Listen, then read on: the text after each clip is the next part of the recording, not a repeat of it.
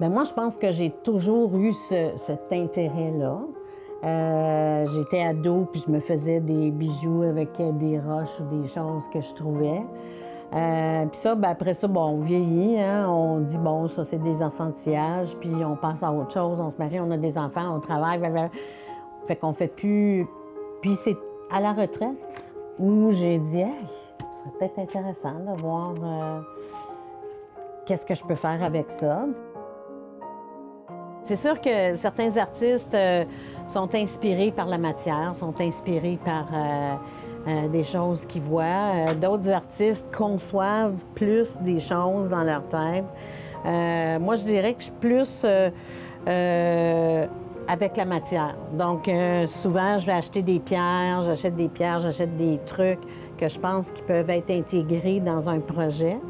Donc, ce projet-là, bien, j'avais acheté ces pierres-là qui sont superbes, à mon avis. Ça fait déjà même quelques années que j'ai ces pierres-là. Puis là, bien, j'ai dit, OK, je vais faire quelque chose avec ça. Puis, ça fait que là, on place les pierres, on fait des dessins, on voit qu'est-ce qui peut y arriver avec la matière. Fait qu'une fois qu'on a décidé, bien, on fait un petit esquisse, il y en a qui font des dessins détaillés. Moi, je ne suis pas une joaillière, je suis plus intuitive. Donc, je ne vais pas prendre les mesures, je vais le faire. Puis, des fois, que ça se peut que ça change quand j'accomplis le bijou. Bonjour, bienvenue à l'émission Mosaïque. Nous sommes toujours à la maison Joachim Génus dans le parc Valois de Vaudreuil-Dorion. Aujourd'hui, je reçois la joaillière Louise Séguin. Bonjour, Louise. Bonjour, merci d'avoir accepté l'invitation. Bien, c'est moi qui vous remercie. Vous demeurez à Saint-Lazare depuis peu, je pense. C'est ça, depuis 6 ans. Oui, c'est ça. Donc, de Montréal, mais originaire de l'Outaouais. Puis pourquoi vous avez choisi la région de Vaudreuil-Soulanges? C'est par son côté... C'était pour des raisons très pratico-pratiques, parce qu'on avait jusqu'à le printemps dernier un voilier sur le lac des Deux-Montagnes. Puis vous étiez à proximité. Puis c'est ça, on a décidé de se rapprocher du voilier. Mais on est tellement bien maintenant, on n'a plus besoin du voilier. Donc, on a vendu le voilier, puis on profite de la vie. Puis là, vous avez bâti un atelier chez vous. Oui, exactement. Pour faire des bijoux. C'est ça. Pour faire de la joaillerie, en fait. J'ai commencé par des petits bijoux, mode. J'ai toujours eu l'intérêt des bijoux. Mais vous n'avez pas toujours fait ça. Non, non. Vous êtes une artiste un peu sur le tard. Exactement. C'est une deuxième carrière. Oui. Donc, j'ai fait 35 ans à Radio-Canada. Ah oui? Oui. En ressources humaines? En ressources humaines, c'est ça. Donc, j'ai passé mes dernières années à gérer des projets. Ouais. Puis là, ben, quand j'ai décidé de prendre ma retraite, je me suis dit, bon, ben là, qu'est-ce qu'on fait? Prendre des cours ici, prendre des cours là. Mais pendant que vous travailliez, vous faisiez des petites choses artistiques? Oui, c'est sûr que j'ai toujours eu cette fibre, hein, c'est cette ça, flamme, exactement, le besoin de créer. J'ai fait de la peinture. Je me souviens aussi jeune adolescente, même enfant. J'ai encore des souvenirs très clairs de peinture que j'ai faites. Ah oui. Mais c'est ça. Donc, au fil des années, ben, j'ai tout simplement arrêté. Hein? La vie oblige, les enfants, la carrière. Donc, on met tout ça de côté. Puis là, ben, quand est venu le temps de m'arrêter, ben, là, je me suis dit, OK, là, je pense à moi. Je fais ce que moi, je veux. Puis j'ai commencé à me documenter. Puis... Et vous êtes allé suivre des cours? Je suis allée suivre des cours, puis je me suis retrouvée à l'école de joaillerie. Oui, à Montréal. Me disant, à Montréal, c'est ça, sur de Maisonneuve. Oui. Ils offrent un programme de DEC, mais j'ai pas pris le programme de DEC. J'ai pris un programme spécifique aux adultes. OK. Pour développer les techniques nécessaires pour faire de la joaillerie. Donc là, c'est d'apprendre à travailler les métaux, la soudure, tout ça. Ah oui. J'ai bien aimé ça, mais à un moment donné, c'est ça, on se dit, bon, est-ce que je continue là-dedans? Parce que c'est quand même un métier qui demande de l'équipement. Puis c'est dispendieux aussi. C'est dispendieux. Les métaux. C'est ça. C'est tout de l'équipement spécialisé. Oui, exactement. Des limes, petits formats, des laminoirs qui coûtent des milliers de dollars, toutes sortes d'équipements. L'équipement de soudure. Oui. Donc, c'est de l'équipement c'est ça. C'est soit qu'on pratique dans un atelier qu'on loue, qui est déjà tout équipé, ou qu'on s'équipe. Donc, j'ai eu la chance de trouver de l'équipement usagé. J'ai commencé au fil des années à... Puis vous avez là, aussi... Oui. Vous êtes aussi dirigé sur certains métaux. Oui, Moins c'est dispendieux sûr. que d'autres. Exactement. J'ai travaillé l'or, mais au prix de l'or aujourd'hui, on limite ce qu'on fait en or. Donc, je travaille l'argent sterling, l'argent pur, le cuivre, le laiton, puis toutes sortes d'autres métaux qui peuvent me passer sous la main. J'essaie toutes sortes de choses. Là, présentement, je suis en train d'expérimenter les insertions de métaux dans le bois. OK. Ça veut dire que vous prenez une pièce de bois, C'est ça. puis vous allez introduire... Oui, insérer Du soit sterling. une pierre, soit de l'argent sterling, soit de... Puis là, bien, j'ai besoin de quelques outils spécialisés pour ça. Puis là, bien, j'ai fait l'acquisition de ces outils-là. Puis là, bien, je vais expérimenter. Fait que ces métaux-là, quand vous allez les acheter, là, Oui. ça coûte cher. Il faut que ce soit souclé presque, non? Bien, Peut-être pas souclé, là, mais... Oui, j'en ai pas des quantités Ouais. exorbitantes. Mais tu sais, système d'alarme, tout ça, là, Mais pour je veux dire, protéger. là, vous avez un très beau bijou, là, un très Ouais. beau pendentif. Lui, il est fabriqué avec du cuivre. Oui, en fait, ça, c'est une pièce de métal recyclé. Ouais. Donc, c'était un ancien bijou qui était fait avec des pièces de une pièce de métal. Puis je pense que c'est du cuivre qui était recouvert de laiton. Que vous avez C'est-à-dire pas nettoyé, poli. du cuivre recouvert d'un argent. C'était pas un argent sterling, là, c'était juste recouvert d'argent. Donc, moi, je l'ai fait chauffer, je l'ai reformé, je l'ai coupé, puis j'en ai fait cette pièce-là. Est-ce que vous dessinez avant vos pièces ou vous y allez comme ça à l'inspiration? Je fais les deux, mais j'y vais plus par instinct.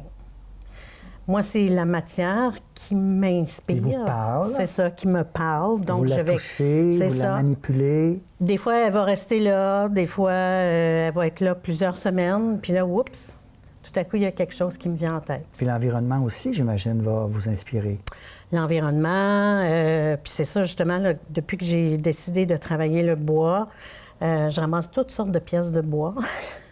Donc, ça peut être à l'extérieur. J'ai une petite fille qui m'a ramassé des petits morceaux de bois qu'elle a ramassés sur le bord d'un cours d'eau. Ouais. Donc, c'est toutes des choses qui vont me servir pour des projets cet hiver, cet automne. Ouais. Est-ce que vous avez des expositions? Est-ce que vous participez à des salons métiers d'art? Oui, je participe à des salons, plus genre... C'est pas donné, hein, participer en tant qu'artiste. Non, c'est sûr, parce que le Salon des métiers d'art, c'est des milliers de dollars. Des pour milliers de dollars pour participer. avoir un C'est petit sûr que kiosque. c'est... Oui, puis ça prend un inventaire, un gros inventaire. Ouais, ouais. Puis moi, je suis pas tout à fait à cette échelle-là. Je suis C'est plus... ça. Vous voulez pas en faire un... Non, j'ai toujours un petit commerce avec ça, inventaire. ouais. Non. Puis je fais des pièces qui sont uniques, donc je répète jamais deux fois la même chose. Ouais. À part je me permets, moi, d'avoir une pièce que peut-être je vends ou j'ai vendue, OK. que j'aimais beaucoup. Mais à part ça, là, pour les clients, c'est toujours des pièces uniques. Pièces uniques. On parle de bagues, de bracelets, Bagues, bracelets, boucles d'oreilles, colliers. des choses dans les cheveux, des barrettes, comment ils des appellent ça, attaches. ici, là, des broches. des Vous broches. faites des broches aussi, puis ça avec des matériaux C'est ça. autres que les matériaux qu'on connaît déjà, là, l'or et tout ça. L'or, l'argent, puis le laiton, le cuivre. Il y a plusieurs métaux. L'aluminium est très intéressant aussi. Ouais. Puis vous, quand vous étiez petite fille, là, vous étiez toujours inspirée un petit peu par les arts? Absolument. La révélation est arrivée à un moment donné. Oui, mais je pense que... On prend Tu sais, toujours... qu'est-ce qui fait qu'une personne est artiste? Bien, c'est souvent quand on est petit, C'est ça. Je pense que c'est quelque chose qu'on a puis en dans vieillissant, on nous. l'assume. Oui, c'est un besoin de s'exprimer. Il y en a qui choisissent toutes sortes de médiums. Il y en a... Ouais. Mais j'ai trouvé, moi, dans mes boîtes, justement, des bagues que je m'étais faites quand j'étais adolescente. OK. Collées ici avec ça. Puis... Avec des objets trouvés ici et là. C'est ça. Donc, c'est des choses que je fais depuis longtemps.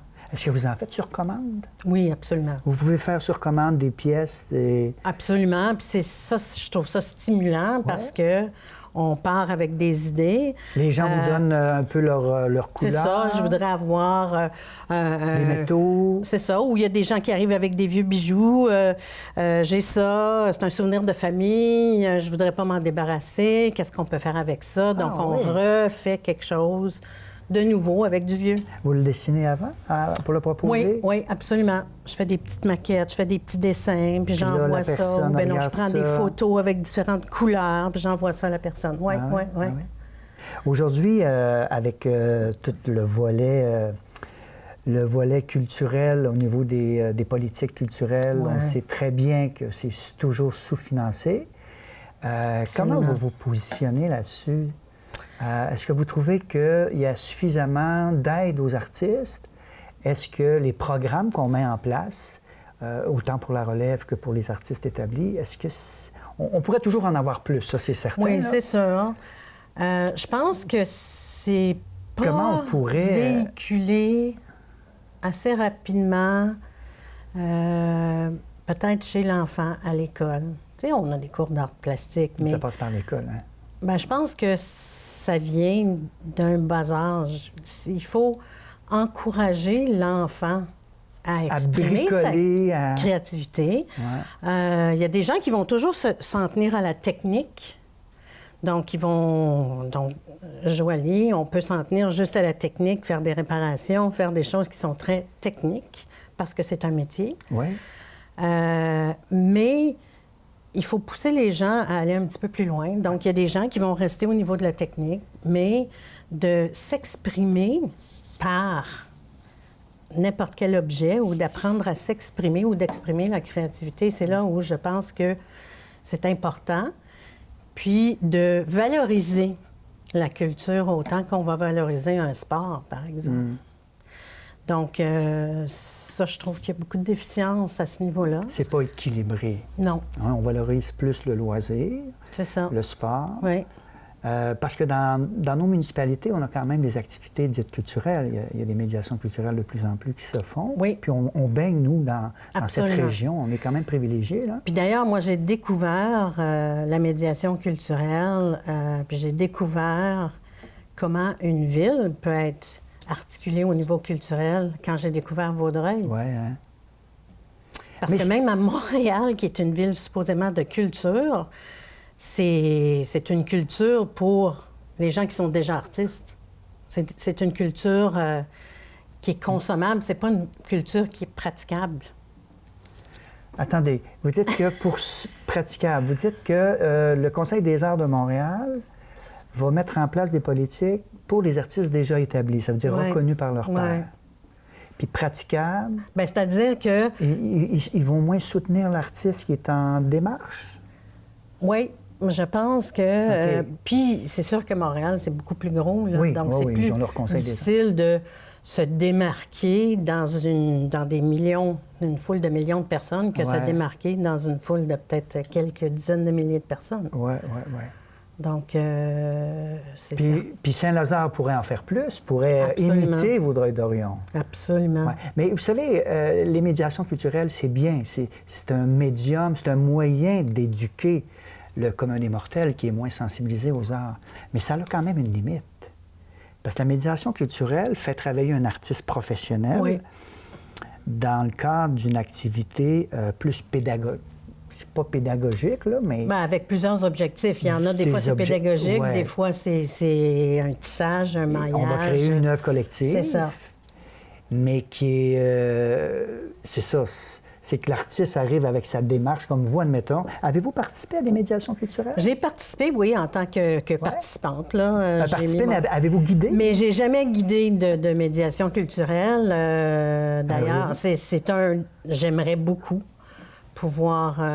Fait qu'on fait l'appel au maire de Ville-Saint-Lazare, au conseil de ville? Oui, au conseil de ville. Bien là, il faudrait mettre un bon budget. Absolument. La ville a construit dans la dernière... l'année dernière, on a inauguré une nouvelle hôtel de ville, un nouvel hôtel de ville. Donc, ça serait le temps d'y mettre un petit peu des citoyens puis de créer... une belle médiation culturelle là, à travers l'hôtel de ville. Absolument. Oui, avec tous les employés municipaux. Ça fait longtemps que j'y pense.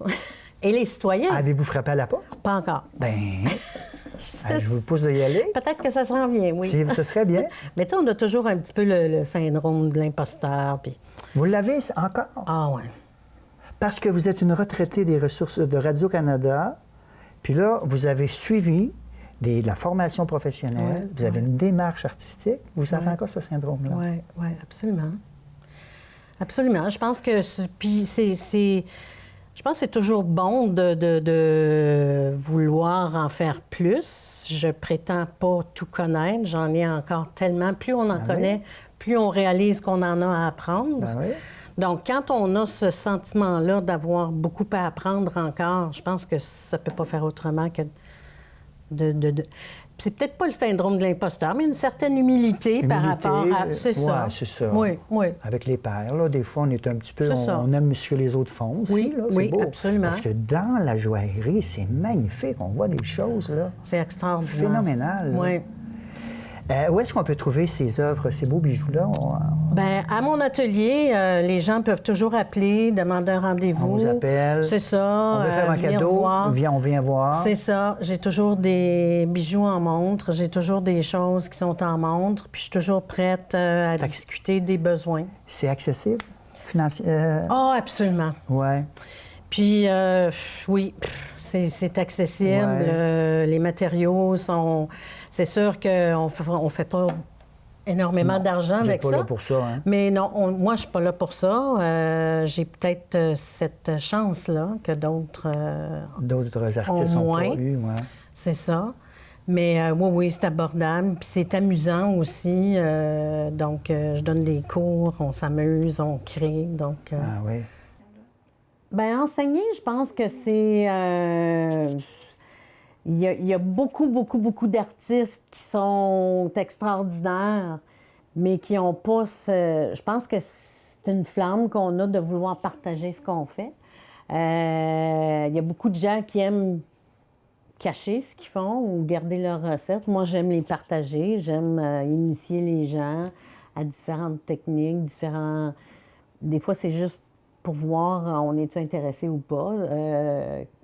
À chaque année, il y a la tournée des ateliers de Hudson et Région. Ça fait quelques années que je fais partie de cette tournée-là, puis j'aime expliquer ce que je fais, puis j'aime transmettre de l'information. Je pense que c'est aussi simple que ça. Dans l'atelier ici, on peut être de 4 à 6 personnes pour apprendre une technique spécifique pour la confection de bijoux. Donc, j'ai différents cours. Moi, je travaille plus en joaillerie, mais il y a plusieurs cours qu'on peut faire, même qui se rapprochent beaucoup de la joaillerie, puis qui ne prend pas beaucoup d'équipement. Donc, ça, je peux montrer aussi ces techniques-là. Donc, je vais juste vous montrer des exemples. Je fais beaucoup de tissage de perles. Donc, le tissage de perles, là, c'est des perles qui sont très petites jusqu'à pas mal plus grosses qu'on assemble pour faire différents patrons, des colliers, des boucles d'oreilles, des bracelets, etc. Donc, ça, c'est un cours d'introduction qui se donne en une demi-journée. Puis, les gens apprennent comment manipuler les aiguilles, le fil, comment tisser selon un certain point pour obtenir des bijoux. Ce qui est intéressant avec ces techniques-là, c'est qu'on peut faire des choses extrêmement colorées au lieu de travailler avec le métal, qui est plus... colorer le métal, on peut le faire avec l'émail, mais c'est pas aussi facile que de faire ça avec du tissage, par exemple. Donc, ça, c'est le genre de cours. Un peu plus avancé, bien là, en ce moment-là, si les gens vraiment trouvent le tissage intéressant, bien là, je donne des cours un petit peu plus avancés sur un point en particulier, puis on fait un bracelet ensemble, donc on le fait du début à la fin. Puis un autre cours qui peut intéresser certaines personnes, c'est le tissage en spirale. Donc ça, c'est à peu près les bases. Puis après ça, bien, les gens, s'ils sont intéressés, ils peuvent... une fois qu'on connaît les bases, on peut facilement même aller sur YouTube ou des places comme ça pour voir plus d'informations. Où est-ce que vous vous voyez, vous, dans 10 ans d'ici, à travers ces à travers ça? Je me vois toujours active dans ce domaine-là, à partager mes connaissances, à aider d'autres, à réaliser soit un bijou en particulier ou les aider à cheminer dans ce domaine-là. La formation, est-ce que vous avez pensé? Mais la formation, il faut qu'on vienne en atelier chez vous. Oui, hein? c'est ça. Est-ce que vous êtes ouverte à faire de la formation? Oh, absolument. Puis j'en ai fait d'ailleurs même à l'extérieur où je me déplace pour faire de la formation. Mais il y a certaines techniques en joaillerie, c'est très difficile parce que ça prend des espaces pour chauffer le métal, ça prend des espaces pour les frapper. Oui, donc il y a beaucoup d'endroits qui ne permettent pas ça. Il y a des matériaux que je travaille qui démocratisent beaucoup la joaillerie. Ce sont ce qu'on appelle des pâtes de métaux. Des pâtes? Pâtes de métaux. Ouais. Donc, ça, c'est un matériau qui a été développé dans les années 90 par les Japonais. Puis eux ont trouvé une façon de recycler l'argent qui se retrouve dans les processus de photographie, dans les processus de rayons X, dans les appareils électroniques. Donc, ils prennent cet argent-là, ils la broient. La chauffent ou on ne sait pas trop? Bien, je pense qu'ils la broient en minuscule, en poudre. Puis ça, c'est mélangé à de l'eau et des liants organiques. Donc, ça peut être du riz, ça peut être... Mais c'est quelque chose qui, en bout de ligne, va brûler. Donc, on peut façonner un bijou. Avec cette pâte-là? Avec cette pâte-là. Donc, on la travaille comme de l'argile.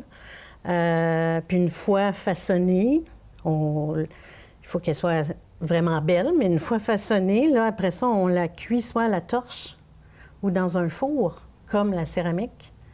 Puis en sort un bijou en argent pur. Wow! Puis il y a aussi le bronze, le cuivre.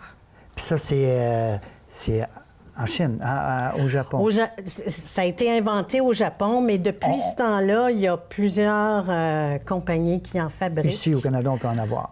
On peut en avoir, mais il n'y en a pas de fabriqués ici au Canada, par exemple. Non, mais c'est fabriqué. Vous en avez, vous êtes capable d'en faire des bijoux avec ça? Oui. Ah oui. Donc, c'est vraiment une façon de démocratiser la joaillerie parce qu'on n'a pas besoin d'avoir laminoir, par exemple, pour étirer le métal. Il faut que le four soit à haute densité, là, un petit four comme... dépendant de la pièce, on peut peut-être s'en sortir même avec une torche de cuisine. Ah oui, OK. Oui. Louise Séguin, c'est un plaisir de vous rencontrer. Bien, merci. Merci de vous être déplacé pour cette émission. Et moi, quant à moi, je vous dis à la semaine prochaine pour une autre émission de Mosaïque. Merci.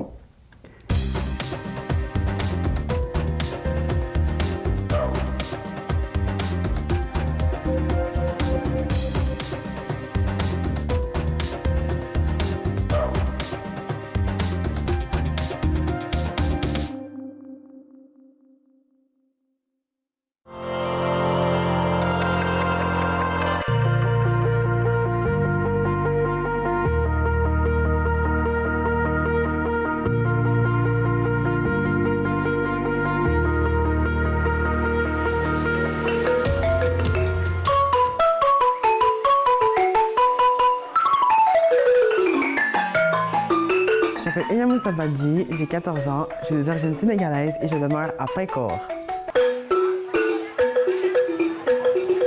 Si j'étais premier ministre, j'aimerais renforcer les relations entre pays, comme ça, il y a plus d'alliés puis moins de guerres à travers le monde. Je voudrais renforcer, comme INIAB, les relations entre les pays et enlever la barrière culturelle. Parce que la plupart des gens qui sont ignorants pensent qu'ils ont des stéréotypes par rapport à d'autres pays. Alors, si les pays s'ouvrent plus, ils discutent entre eux, il n'y aura plus de barrières et tout le monde sera heureux. Ce qui cause les barrières, c'est plutôt l'ignorance. Et moi, je trouve que c'est aussi la peur d'apprendre de nouvelles choses. Oui.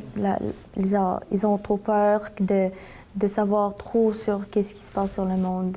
Et c'est pourquoi, donc, la raison pourquoi beaucoup de gens sont plutôt ignorants, comme Emily dit. Je m'appelle Maria Sofia Denise Correa, j'ai 16 ans, je suis d'origine philippine et je demeure à Pincourt.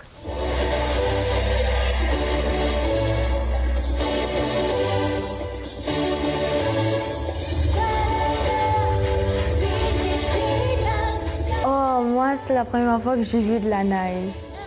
Oh mon Dieu, c'est plutôt ma classe, genre mes amis dans ma classe, qui m'ont vu ma première réaction. Waouh, c'est blanc! Donc moi, j'ai couru vers la porte, j'ai ouvert la porte, je suis sortie à l'extérieur en manches courtes.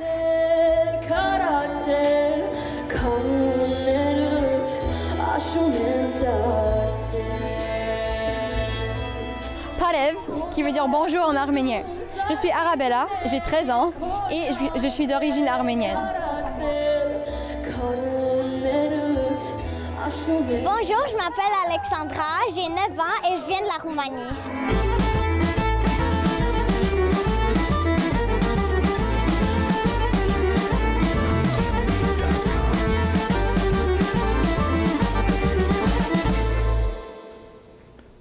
La première fois que j'ai goûté de la poutine. C'était clair, après tout le monde était genre quoi? Tu n'as jamais goûté la poutine?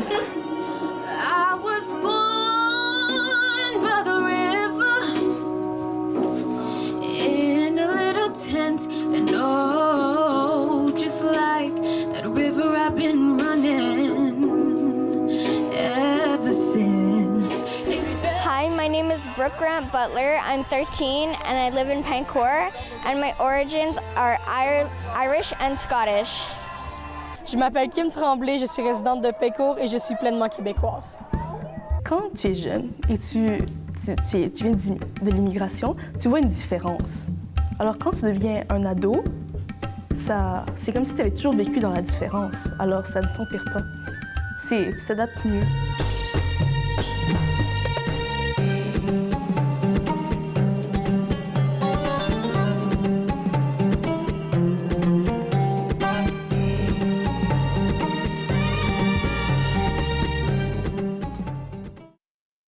C'est dans le grenier de la maison historique Joachim Génus, dans le parc Valois de Vaudreuil-Dorion, que j'animerai l'émission Mosaïque présentée par Césure La Télé. Nous parlerons culture avec des artistes et des artisans de la région. C'est un rendez-vous.